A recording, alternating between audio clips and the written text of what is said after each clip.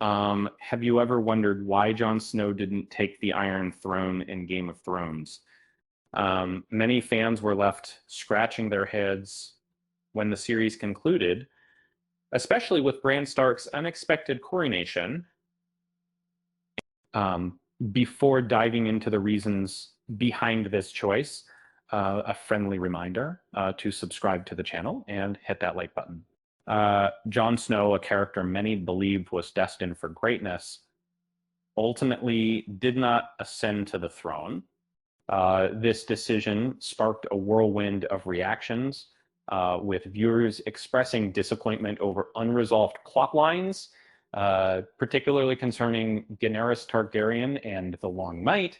While some found humor in Bran's crowning, there are deeper reasons why Jon's path diverged from kingship. In George R. R. Martin's A Song of Ice and Fire, the narrative diverges from the classic hero's journey found in tales like The Lord of the Rings. Unlike Aragorn, who reclaims his throne and brings peace, Jon's potential rise to power would clash with the series' themes of loss and chaos. A hopeful ending for Jon would feel out of place, in a world defined by unpredictability.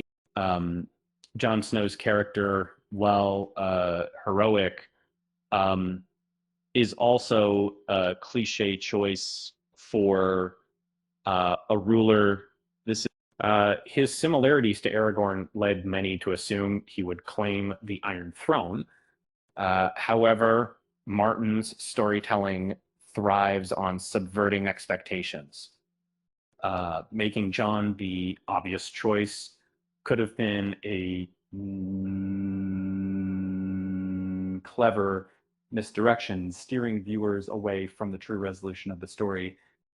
Interestingly, Jon found his happiest moments beyond the wall.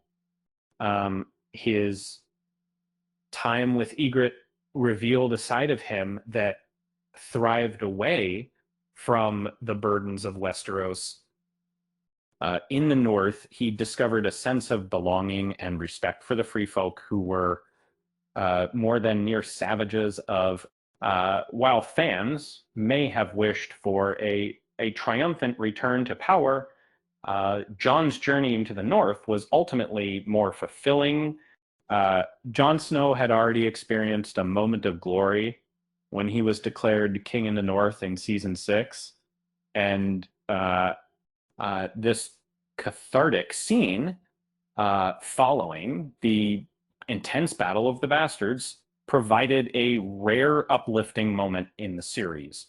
To replicate such a moment in the final season would have felt forced and insincere. The narrative of Game of Thrones was never about restoring the Targaryen dynasty.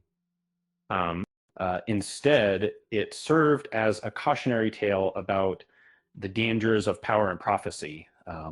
If Jon or Daenerys were to rule, it might lead to temporary peace, but history suggests that a less deserving heir could eventually rise, perpetuating the cycle of conflict. Lastly, Jon Snow's fate is often compared to that of Ned Stark.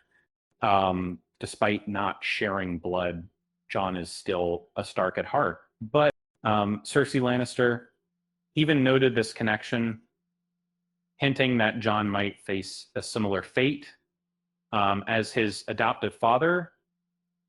The Starks have always struggled in the political landscape of King's Landing, and Jon's journey south could echo the tragic outcomes of his predecessors.